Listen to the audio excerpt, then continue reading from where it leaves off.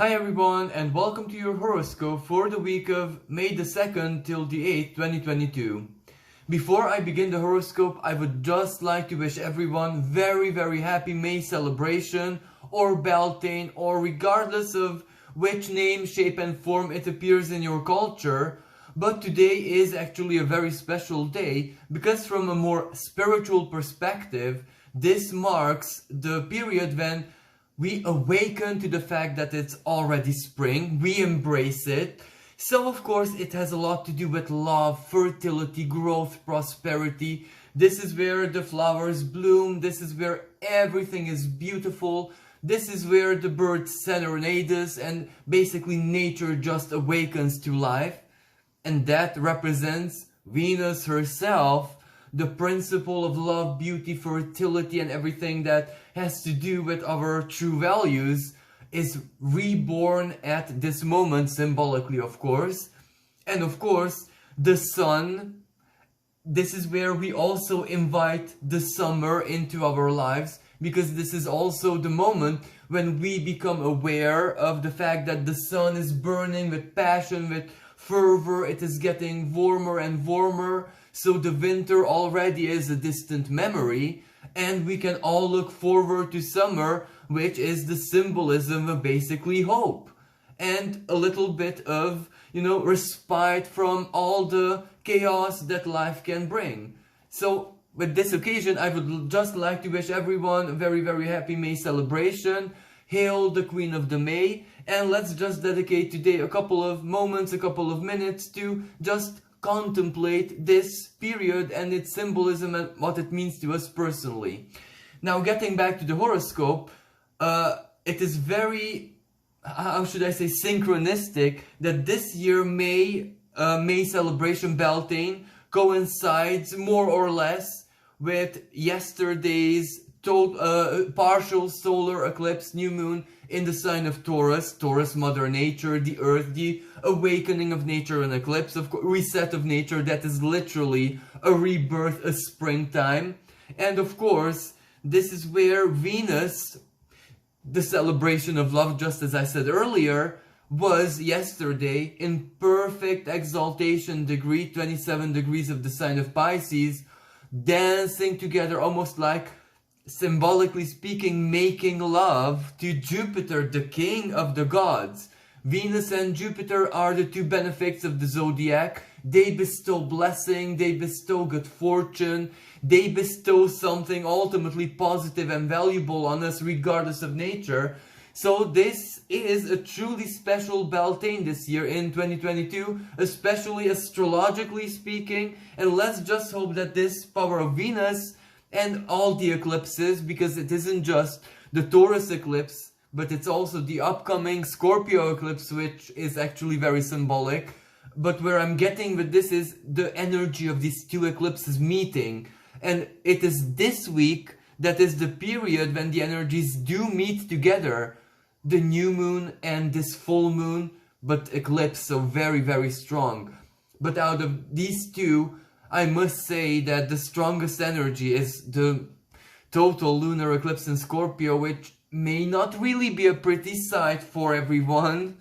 And it is definitely not going to be a very pretty sight on the world stage, but it can be a powerful release, a powerful closure, a powerful acceptance in our lives, regardless of how it plays out.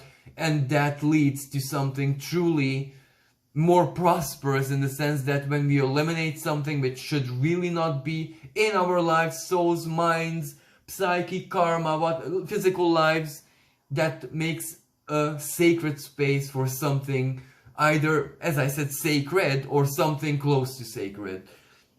So we should really not fear it. And the other reason why it is so very special, all of this happens under Pluto retrograde.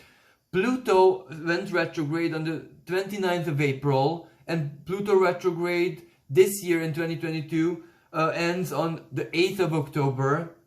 And Pluto right now is not yet literally moving backwards. It is just in a standstill, and it is this period, this moment, a couple of days, when its power is at all times maximum. And Pluto is the ruling planet of Scorpio.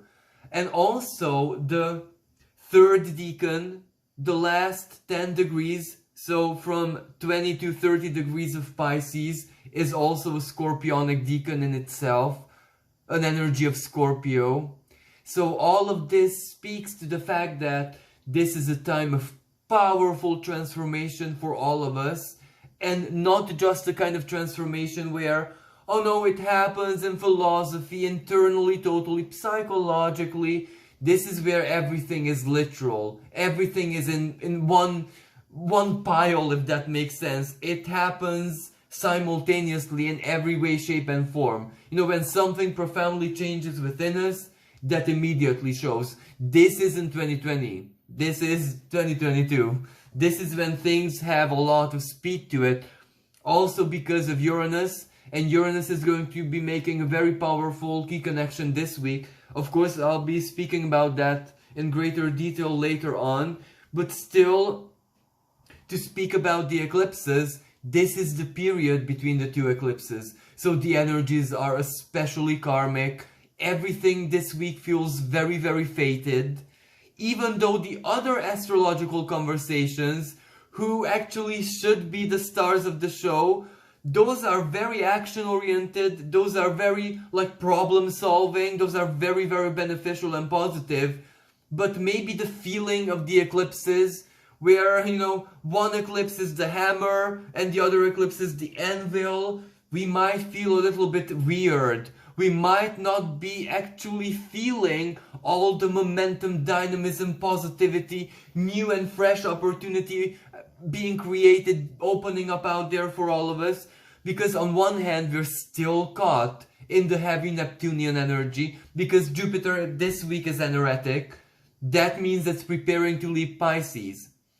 Now, on one hand, that is absolutely wonderful, because 29 degrees of Pisces is where karma is at its all-time maximum. That is, you know, karma. In a good or bad way, because that karma can also be the saving grace, uplifting you to your dreams, taking you up to cloud 9, yes. But at the same time, Jupiter is also preparing to touch the world axis, 0 degrees of Aries. That is those kind of new beginnings which only happen once every 12 years.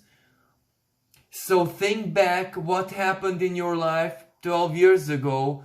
Well, chances are it's not a continuation of that, but it's something as equally as life impacting as what new beginning or new project, new initiative, new whatever, or maybe it was like a battle you had, a legal battle, any kind of, because that is also very Aries-like. Whatever you had, the impact of that is something that you might be feeling in the weeks, months, and of course, year to come. So this is where I'm trying to get with this, is that this, because of Jupiter, an erratic degree, it feels like a really strong completion and ending, something that terminates even a karmic phase in our lives. And when I say terminates, we shouldn't think about doom and gloom, but rather, you know, even when you have a grand desire, a dream, a wish, and you get it, it's terminated. Because it's not a dream, it's not inside of you anymore, it's outside, you lived it. So that kind of energy, but that leads somewhere. Maybe that's your catapult, that's your trampoline to jump where you need to be, or maybe that is something to last you for 20 years, for the next 12 years, something, a reward, something which you worked for karmically, something that you transformed already yourself back in April, by a dream, by a wish, by a gesture. Back in April, well, that was where the divine source was literally a human being. It was one of us. The need of a person, someone asking you for help, might have been in the month of April this year, 2022. The divine source itself testing you, testing your honest heart. Because when this is very unusual and very, very rare for this to happen, as in for the divine source to be this very close to us. But this is a special year and these times are very unusual. Maybe this is a necessity that it needs to fulfill because no one else can. And also the Neptune and Jupiter conjunction once every 165 years. Very rare. And that is what it does. In that moment, the divine is here with us for a short period of time. And these eclipses, well, these include that period. Because chances are that it's this year. This extends to all of 2022.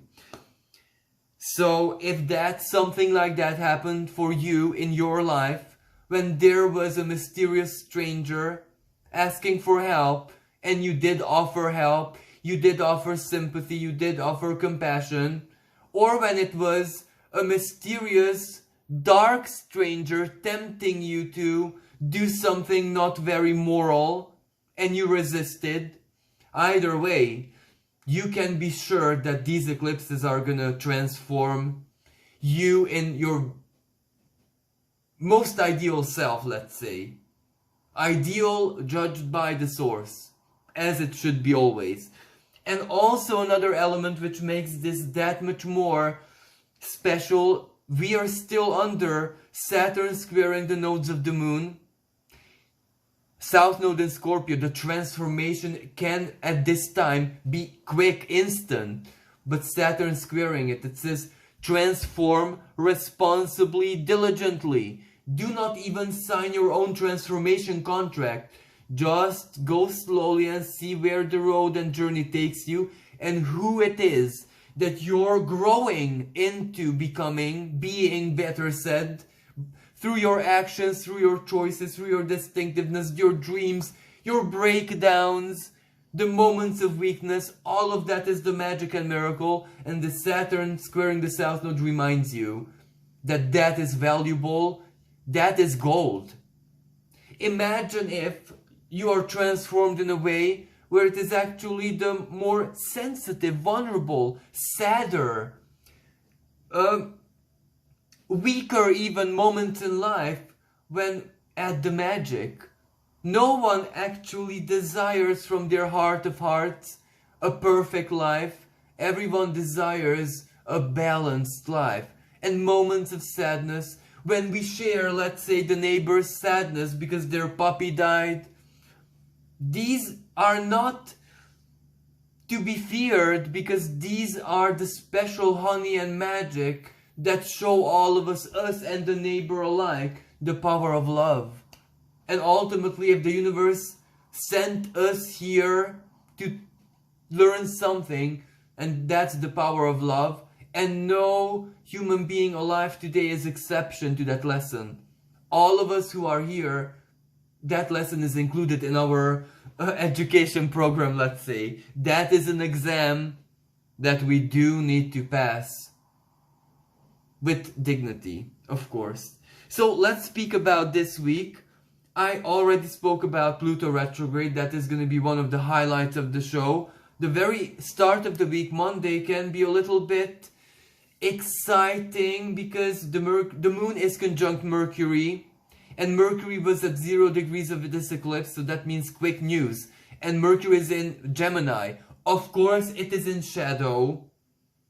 It will go retrograde very soon, but still new information can come in. Communication, even friendships, connection, everything mercurial, travel plans, invitations, spontaneous meetings with other people.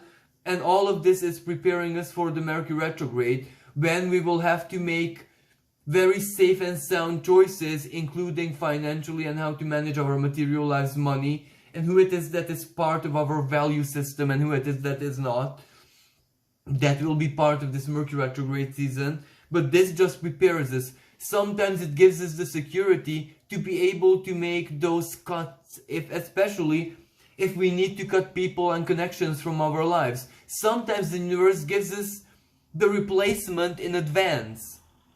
And we all know who to cut off after the replacement already comes. Sometimes the universe is that generous and that diligent because let's not forget, energetic Jupiter in Pisces. Jupiter is the house, the astrological energy also of faith, of lived faith.